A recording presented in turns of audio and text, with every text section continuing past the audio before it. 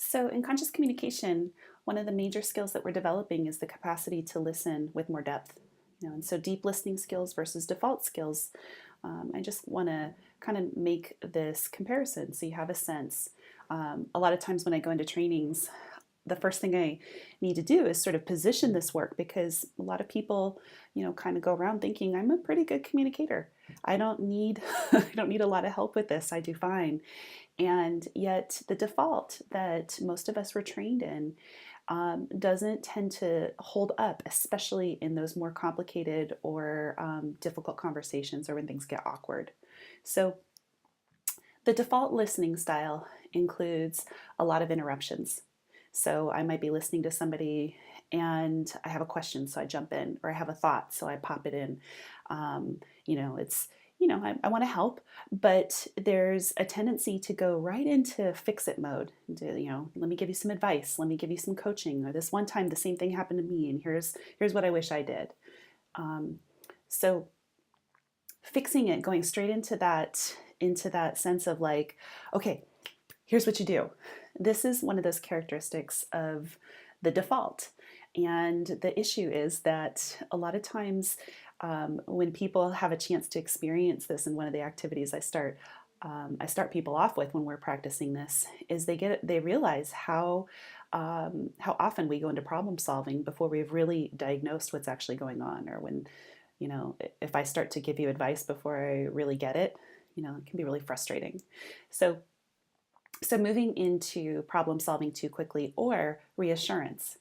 Either way, in this default style of listening, this sort of like what happens most often, everyday listening, is it's fairly self-referential. I'm either waiting for the moment that it's my turn to respond, to either give you my insight or give you my opinion, or literally turn the conversation back to me.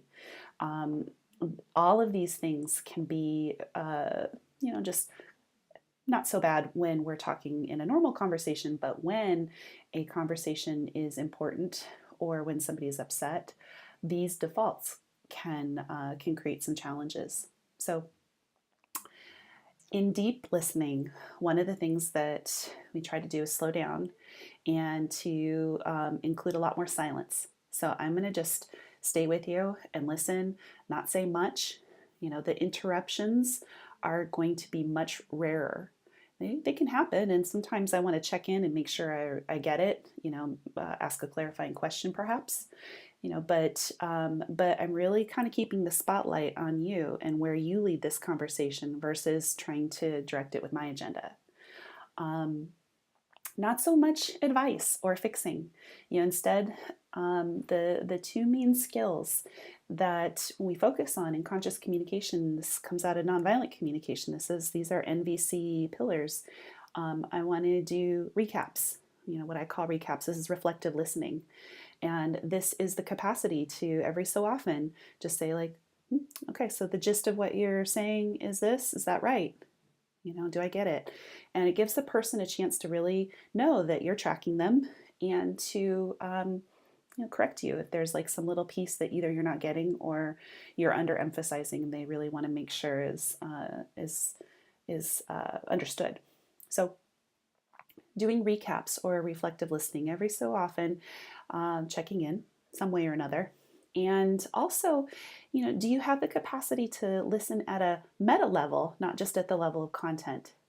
So at the meta level, just kind of noticing like, how is it that they're feeling right now? Do they seem nervous or scared, upset, exasperated, frustrated, angry?